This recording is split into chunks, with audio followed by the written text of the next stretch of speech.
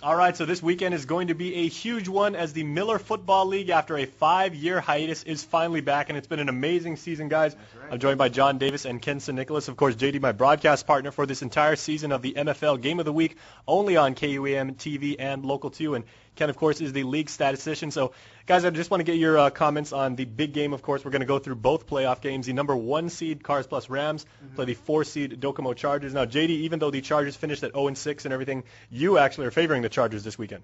That's exactly right, Jace. You know, for the last several weeks, I've been saying this is their week, this is their week, this is their week, and they were so close, but just unable to pull out the W. And honestly, I think this week belongs to the Docomo Chargers.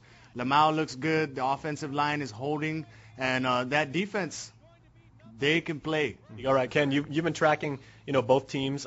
Cars Plus has just gaudy stats, and I mean they're off the charts as far as production and everything like that. What do you see coming out of this weekend's game?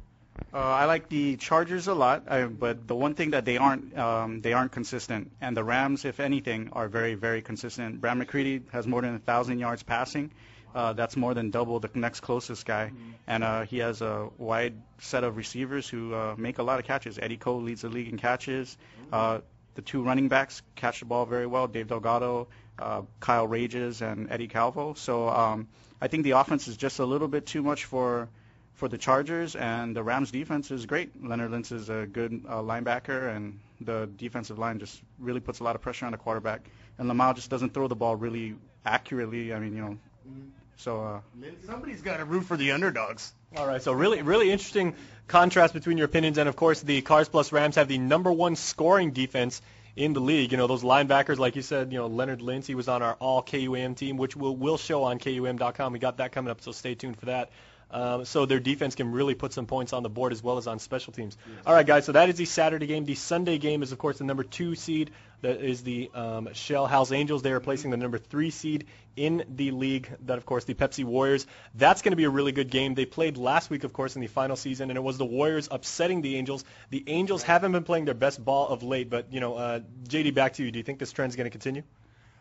I'm going to have to go with the Angels. You got to stick with, like what Ken said, consistency, right? And although the Angels have 2 losses this season, the one consistent thing that they have going for them is their coaching staff. Coach Sharoma going up against Coach Cruz, a typical JFK, FD, GW blend of coaching and things like that. And although I love GW and I love what the Warriors defense is doing and how powerful their offense is, I'm just going to have to go with the Angels. Mm-hmm. They might take this team to heaven come next week. All right. Well, of course, we got to give it up for my former Simon Sanchez Shark. So Alan Bland, Ozzie Sylvia, and Chucky Atta and everything. You guys are doing great on defense. So, Ken, again, from a number standpoint and everything, how do the Angels match up against the Warriors this time around? Both games between the Angels and the Warriors were very close games, I think decided by less than.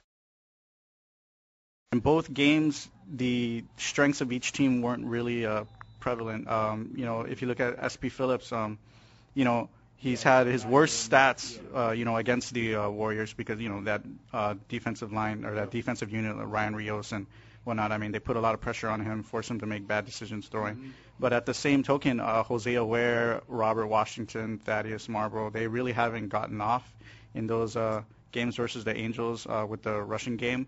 Mm-hmm.